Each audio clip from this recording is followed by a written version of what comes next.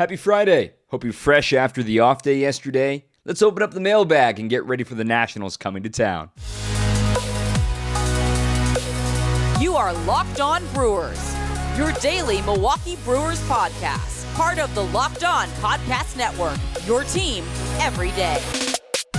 Good morning, everybody. My name is Dominic Cotroneo. This is Locked On Brewers, and thanks for making us your first listen of the day. If you haven't already, hit that subscribe button, whether it's on YouTube, whether it's right here wherever you're getting your podcast. We post daily, Monday through Friday, your only daily podcast dedicated to the Milwaukee Brewers. I'm the statistician for Bally Sports Wisconsin at virtually every single game, bringing you all the news and nuggets you want to know about your Brew Crew here in the 2022 season. So, we decided with the off day yesterday, let's go ahead and open up the mailbag. Everybody's still feeling good about the walk-off win on Wednesday against the Braves. Keston Hiura is still the hero. But before we jump into the mailbag, we want to, there is some news regarding the Brewers and regarding the roster. In fact, yesterday on the off day, the Brewers made a roster move, opening up a 40-man roster spot. Alec Bettinger was outrighted to AAA. Now, if that doesn't sound normal to you, outrighted just basically means he was taken off the 40-man roster. It means he has to clear waivers before doing so. So any other team has an option to pick up Alec Bettinger if they so wish. But he did clear waivers. He is still in the organization down in AAA, but he is now not on the 40-man roster. So currently, the roster is sitting at 37 guys. The reason why that's misleading is for two reasons. Number one, Andrew McCutchen still technically being on the COVID IL at the time of recording. Of course, I recorded these the night before, so we expect him to be activated today, at the latest tomorrow. When he gets activated off the COVID IL, his temporary status off the 40-man will be reinstated. So then the 40-man roster will go back to 38. And then the other reason is because suspended players don't count to your 40-man roster. So Severino and Mejia currently being suspended for PEDs, they do not count toward your current 40-man roster. However, when they are reinstated, they will be back on the 40-man roster. So that's two spots technically available during their suspensions. And we're already halfway through Severino's suspension of 80 games. Mejia has just started this week. So we won't even see him until August at the soonest, whereas Severino will be back coming up in July. Now, where does all this lead into? Ethan Small was scratched from his start on Wednesday with Nashville. Doesn't seem like he's coming up imminently, and this is actually a question I'm going to get into a little bit, but if you did see that headline, I wouldn't read too much into it, because now I could be eating my words by the time you're listening to this, and the Brewers are announcing that Ethan Small is being called up. In fact, Craig Counsell was asked about Ethan Small earlier this week about his performance so far in AAA and things like that, but the Brewers are at a crossroads right now where they need middle relief help, and this will jump into our mailbag, but do they want to keep Ethan Small as a starter? / is Aaron Ashby a legitimate middle reliever, or is he going to be a tandem starter like we've been seeing him doing lately with Brandon Woodruff? This is the crossroads that the Brewers are trying to figure out, and it gets a little more complicated in just a little bit. So before we jump in, the reminder that tonight Brewers are at home, 3-game homestand kicking off, home series, I should say, kicking off against the Washington Nationals. If you haven't been watching much baseball this year, the Nationals are not very good. The Nationals are tearing it down. They have not had a great season, to say the least, and it's a weird year. Even Nelson Cruz hasn't performed like they had hoped out of him. Juan Soto is now in the subject of trade rumors right now. So right now, the Nationals are 13-26. Coming into play today. Not great. Brewers stomped them in the series they last saw them in Milwaukee last season. It's tough sledding for Davey Martinez and Mike Rizzo right now over there in our nation's capital, but they do have one of the most exciting players in baseball in Juan Soto. So Soto, yes, he's only hitting .250. He's got a .393 on-base percentage. He's hit 8 homers. This is the craziest stat of the year. Soto has hit 8 home runs this year. He's only got 11 runs batted in. Think about that for a second. 8 homers, 11 runs batted in. It's kind of like Bryce Harper last year. Bryce Harper led the National League in solo home runs, and the same thing is happening right now to Juan Soto. As I'm pulling up his home run log right now, and A reminder, he's only 23 years old. He's played in every game so far for the Nationals this season. He has been a superstar, to say the least, in the making. And this season, when it comes to solo homers, all but one of his home runs this year have been a solo homer. Poor guy. Tough go of it for Soto. See if he's going to be subject to trade rumors. Another guy subject to trade rumors is Josh Bell. He's somebody that Vinny and I actually linked to the Brewers during the offseason. Given this is the final year of his contract, he's due to be a free agent next year. But hey, Rowdy Tellez has been performing. Josh Bell is performing great this year too. He's got a .316 average, 4 homers, 22 runs batted in. But again, the Nationals do not have much pitching. They are 13-26. It'll be Eric Fedde getting the start against Eric Lauer. Fedde this year is 2-2, a 4.24 ERA, 34 innings, 33 hits allowed, a whip of 1.5 flat, 18 walks and 32 strikeouts in those 34 innings. Gives up a lot of hits. He's 29 years old, a former first-round pick of the Nationals out of UNLV back in 2014, and so far in the big leagues, it has not really panned out for him for a first-round pick. Last year, he gave up 23 home runs with the Nationals. In fact, he gave up 10 in the shortened 2020 season in just 50 innings. So Brewers should be getting the ball in play today. Eric Lauer trying to bounce back with the Zoom ball against the Nats. So 7:10 tonight, 6:10 tomorrow. It'll be Patrick Corbin against Brandon Woodruff tomorrow. And then on Sunday, it'll be Anibal Sanchez going against Freddie Peralta, who's coming off of his tremendous go of things on Monday against the Braves. That's a look ahead at the series. Let's get a couple questions in on this mailbag. First question is kind of the most pressing question, right? Center field. What the heck are the Brewers going to do with immediate improvement in center field? The question came from Cody. What are the Brewers looking to do? Is there an internal improvement in center field? The answer is simple. It's Tyrone Taylor's job to lose. And we said it was Keston Hiura's job to lose the DH spot, and, well, he lost it. The Brewers went out and signed Andrew McCutchen. So it's Tyrone Taylor's spot to lose if he is going to be getting playing time, the majority of playing time in the outfield. We were expecting McCutchen to be back today. So Tyrone Taylor's playing time could take a dip if they still want to put Lorenzo Cain in center field. They're obviously not going to be DHing Lorenzo Cain. So Tyrone Taylor finds himself in a weird spot. Is he going to be playing at least 4 days a week as the center fielder or filling in right field as occasion with Lorenzo Cain playing center field with him, or if he's filling in on left field on a day that maybe they're facing a lefty and McCutchen is playing DH and Yelich has the day off, things like that. It's Tyrone Taylor, in my opinion, is the internal solution. Looking at the advanced numbers for Tyrone, his barrel rate is pretty much the same as it was last year. His expected batting average, he's actually been robbed so far this year. His actual batting average is .214.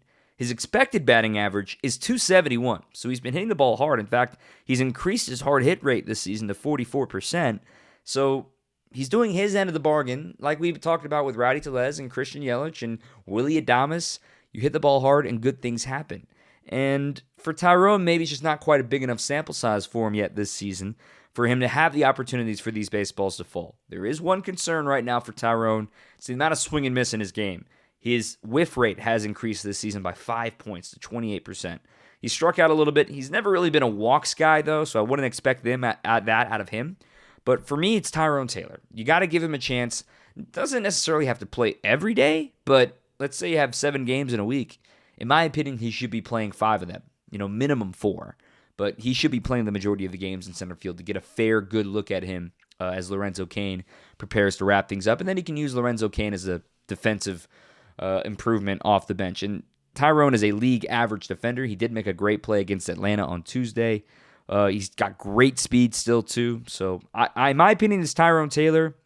If you want to make a trade, if you want to get a little fancy, Andrew Benintendi's due to be a free agent. Granted, he's not a center fielder, which makes things a little interesting. Do you keep Cain and just try to add some offense with Benintendi? Ramon Laureano is a name that I have thrown out there trying to see if he would be available. If you want to take an oft-injured guy that has a ton of control left but is kind of shaky of what you're getting, Kyle Lewis. The Mariners seem to be pretty full right now in the outfield with Haniger and Lewis on his way back, still rehabbing right now. Julio Rodriguez, Jesse Winker. So maybe Kyle Lewis is a guy they don't lose, but that's just a name that I had thought of earlier this week. The Astros have 2 guys in center field. Jake Myers is on his way back right now. Remember, he hurt his shoulder in the playoffs last year. They have Chas McCormick in center field, who's a cheaper option for center field that gives a little bit of pop, but another right-handed bat, which is maybe something the Brewers want to avoid. These are just names they're throwing out there. I don't think they're going to make a trade for center field. And when you look at the free agents to be next season that are actually center fielders, none of the names are impressive. They're all over the age of 30, 32 years old. It's center field is such a hard market because the good ones are locked up. The good ones are in long-term deals right now. So center fielders don't grow on trees is what I'm trying to say. Let's keep on moving on with your questions. Before we do that, I want to tell you about Built Bar. We talked about these awesome brownie batter puffs, man. They are incredible. Look, I love brownies. Okay, sweets, I'm not a huge sweets guy, but brownies are like my weakness. Sometimes I can just go crazy for just the batter, and Built made the perfect thing for me. It's the Built Bar Brownie Batter Puffs. It's 150 calories, 17 grams of protein, and only 7 grams of sugar, and it's a sweet treat. It's actually something you can end your day with for dessert and actually enjoy eating, or it can be that quick post-walk snack after a beautiful day out in the outdoors. I was walking around downtown yesterday. It was beautiful out yesterday. Popped in a Built Bar in my backpack and was on with my day walking down by the lakefront. Built Bar has you covered all summer long, whether it be the bars, whether it be the puffs. You're going to get something delicious and nutritious for you. And you can try them out at BuiltBylt.com. Use our promo code, which is LOCKED15, to get 15% off your order. You can get the brownie batter puffs. You can get the birthday cake puffs. You can get whatever you want at Built.com. Just use our promo code LOCKED15 for 15% off. Mailbag. Fun question from Bill. There's a lot of misconstrued information, I think, on when the roof is open and when the roof is closed. Is there an advantage to the panels being open, the roof being open, etc., etc.? I don't have it specifically on just the panels being open and the roof being closed and vice versa, but generally the panels are open when the roof is open. Baseball Savant actually keeps park factors for dome stadiums when they are open and when they are closed. And over the last 3 seasons, you can do rolling years. So for the 2021 rolling 3 years, and I'm only using full seasons too. So 2021, 2019, 2018, the rolling 3 full seasons. With the roof open, the homer advantage has been about 5 points higher. And if you're not understanding how park factors work, it's simply this. 100 is league average. 100 is a fair ballpark according to the rest of the league. Anything above 100 favors the hitter. Anything below 100 favors the pitcher. So, generally, American Family Field has historically slightly favored hitters, and especially so with the roof open. Home runs specifically, their park factor over the last 3 years is 109, 110, and 111. Whereas with its closed, it's 104, 105, 106. So a smooth 5-point park factor difference positively when the roof is open and negatively when the roof is closed. However, it's still an above-average hitter's ballpark when the roof is closed. It's a friendly hitter's ballpark. Keep that in mind as summer is near. I wonder how much the roof is going to be open this weekend given the weather in the forecast with the Nationals coming to town. Good question, though, Bill. I wanted to clear that up for a long time now. Shout out to Baseball Savant. Next question from Nick. What's going on with Nelson Cruz? Seen him linked to the Brewers. Is this fake news? Nick, it's fake news. Nelson Cruz is not coming to the Brewers. Andrew McCutchen is your DH. Next question. Who is going to eat the middle innings? So this also comes from Nick. So right now, obviously, this is a big problem. And I've talked about this all week on the podcast, trying to figure out who's going to be the guy to fill in with the absences of Jay Cousin, now the suspension of JC Mejia, the injury to Jandel Gustave. Brewers are a little thin in that middle relief role. The immediate guy who's going to fill these innings is Brent Suter. So Suter, they saved him in yesterday's game. He was going to pitch in Tuesday night's game. Saved him in case he needed him yesterday, so now he can go in extended relief if need be. But also a reminder, the Brewers are in an odd situation, different than most clubs. 1 through 5, and let's say 1 through 6 if you include Aaron Ashby in the starting rotation. There's never a day that you expect a guy, I mean, that's the whole point of middle relief, you never expect a guy to go 4 or 5 innings, but you can truly say you expect the Brewers to get 6 innings out of their starter every single night. They're that good. So the Brewers, if there's an area they can be a little thin in, it's middle relief. Trevor Gott has filled in admirably to get to that 7th inning. We've seen him in the 6th inning quite a bit. He's been the fireman, leaving inherited runners stranded. Trevor Gott has been low-key kind of one of the most underrated players on this team right now. So Trevor Gott in the immediate. But I want to go a little deeper into this because a reminder that in 9 days, the roster changes again. So remember, on May 2nd, the roster shrunk from 28 players to 26 players. And now, on May 29th, after May 29th, the roster will have to change its pitching setup. You can only have a maximum of 13 pitchers. Right now, the Brewers are carrying 14 pitchers. And you may be asking, so how does this affect them? Well, if you have a 5-man permanent rotation, right? The permanent rotation of Burns, Woodruff, Peralta, Lauer, and Hauser. Okay, there's your 5. You add in Aaron Ashby, that's a 6th. Okay, so we can only have 13 guys, right? So there's 6 right there. Then you go to your A bullpen. Hader, Williams, Boxberger. Okay, so that's 9 guys right there. Well, Trevor Gott's been great. That's 10 guys right there. Oh, I need a lefty. Brent Suter. That's 11 guys right there. So you are stuck in this predicament. You have 2 spots available for the likes of Hobie Milner, Luis Perdomo, Jandel Gustave, who's currently on the injured list, Jake Cousins potentially returning in July. Justin Topa may be starting a rehab assignment in the next few weeks. He could be on the way back as well. And you're only going to get 2 more spots to fill these guys in a little over a week. So it's going to be very busy in the bullpen room coming up here in the next 2 months. And again, after May 29th, the Brewers can only carry 13 pitchers. I wonder what they're going to do, and it brings us back to the Ethan Small point we brought up a little bit ago. Ethan Small in AAA this year has made 7 starts. He's among the AAA leaders in strikeouts with 46 strikeouts and 32 innings pitched. He does have 21 walks, though, to be fair. It's a little high number on only 32 innings. Crafty lefty out of Mississippi State, 3-1 record, a 1.95 ERA. The Brewers are at this point. Do they want to bring up Ethan Small like they did Aaron Ashby last season? Be the, middle bridge man on occasion when need be in the bullpen and make Aaron Ashby a permanent 6-man in the starting rotation, or do they keep Ashby in this tandem with Woodruff?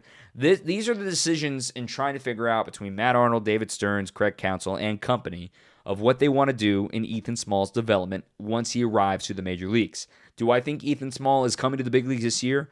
Potentially, because he's Rule 5 eligible this coming offseason. If you're not familiar, Rule 5 is a draft where after X number of years, depending on your draft year and depending on your draft status, if you were a college kid or if you were a high school kid, that if you're not placed on the 40-man roster, other teams have a free crack at you. They can add you to their minor league rosters in the Rule 5 draft, but thus you get protected on the 40-man roster. So the 14 guys that aren't on the big league roster are generally in the minor leagues if they're not injured. So the thought with that is you might as well call him up at some point this year because you know you're going to put him on the 40-man this coming offseason. These are other things factoring into the decision of when you bring up Ethan Small and those in situations of that nature. Could Ethan Small be the guy that eats the middle innings? Potentially. But why do you want another soft-throwing lefty? Now, soft, I'll take the foul on this one. He's not that soft of a thrower. Throws 92, 94. Brent Suter throws 88, 89. And if Bill Schroeder's listening, he actually talked about it the other night saying, Brent Suter's dad catches for him. He doesn't throw too hard, and everyone was kind of like, wait, you're saying Brent Suter's a soft tosser? No, Brent Suter's not a soft tosser. He's a big league pitcher, and he gets guys out in his way. And Ethan Small is a guy that doesn't blow you away with fastballs, but fools you with deception, changeups that fall off the table, changes his delivery times. Could it work in the bullpen? Potentially, but do the Brewers want to do that with him? Remains to be seen. Is a call-up imminent? I don't think so, but maybe by the time you're listening to this, he's already called up, and I sound like an idiot right now. Next question. This one comes from Michael. I talk about this a lot. What makes Milwaukee the best pitching staff? And looking into the numbers, there's conflicting evidence that there are numbers that say they're just a mediocre pitching staff. There are numbers that say they're a really good pitching staff. There are numbers that say they're the best pitching staff.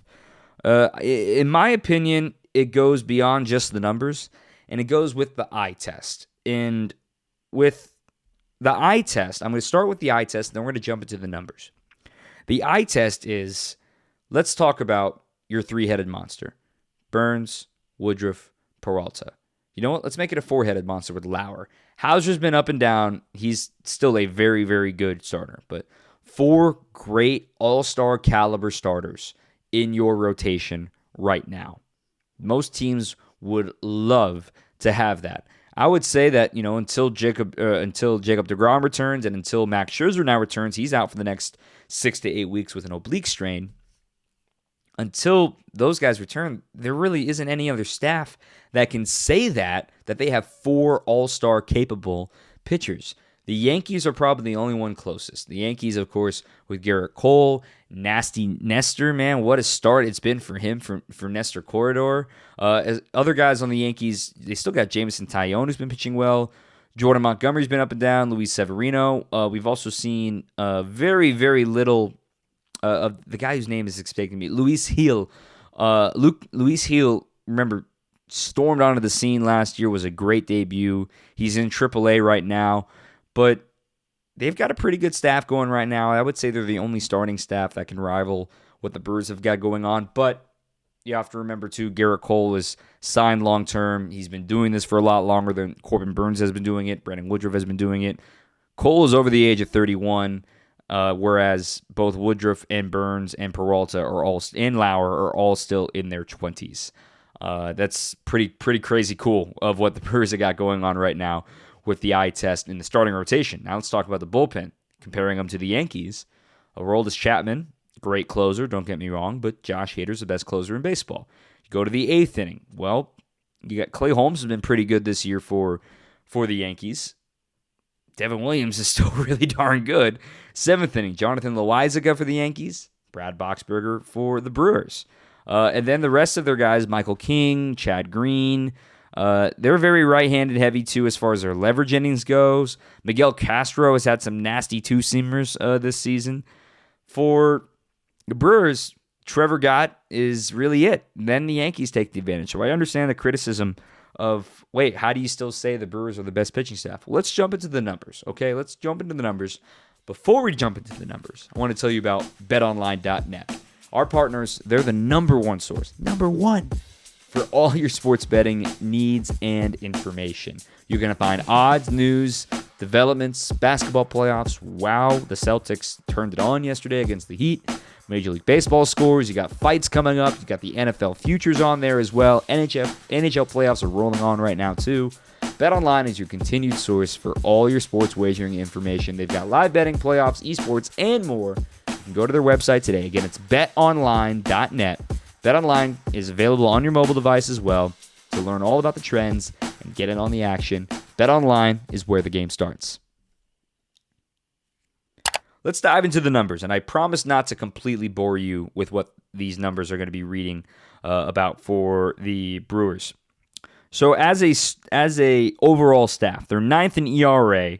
They're in total for WAR, they're tied 3rd in WAR at 6.0 according to Fangraphs, or their overall staff. Their FIP is fielding independent pitching, is 4th best in baseball. And then to the advanced stuff, XFIP, expected fielding independent pitching. They're 1st in baseball, meaning that they're marginally better than what their actual performance has been as far as batted ball data, or as far as swing and miss data, walks, strikeouts, home runs allowed, things of that nature. And then we go just to the starters. They have the 3rd best WAR among just starting pitchers. They have the 7th ERA among starting pitchers, but they have the best Sierra rate, which is another kind of like a FIP. I'm getting lost in the acronyms here for you. I can already hear you saying, "What, Dom? What are you talking about?" The way I'm getting at it with all these numbers is the fact is the advanced numbers really still like the Brewers. And while the ERA traditional numbers aren't there right now because of the clunkers that we've seen this season, remember the advanced numbers tend to level things out the rest of the season. We're still only 38, 39 games into the season. There's a lot more to go, 120 more games. We're barely a fourth of the way into the year. So these numbers are going to level out. I would imagine that ERA of 3.49 will drop eventually. And I still believe they're the best pitching staff in baseball because simply of the swing and miss stuff. They have the most strikeouts in baseball. They have the second most quality starts. They have the best walk to strikeout ratio in baseball. Their relievers have a 2.1 WAR this season. They have 17 saves, which is the most in baseball, which means they're winning the close games that they're supposed to when they have the lead. And yet their bullpen ERA is 3.69. Again, another example, this stuff is going to level out when the sample size gets bigger. I still believe they're the best pitching staff in baseball. And the other beauty is that aside from Jandel Gustave and Jake Cousins, they've been really healthy. They've been very healthy. I'm knocking on wood. Okay? I did it for you. Great question, though, from Michael. I do appreciate that question. It's a fair critique. Last couple of mailbag issues here. Left-handed pitching with and without Andrew McCutchen. You know, I was surprised by these numbers. The fact is, they're virtually the same team with and without McCutchen because, remember, they got off to such a cold start facing left-handed starters.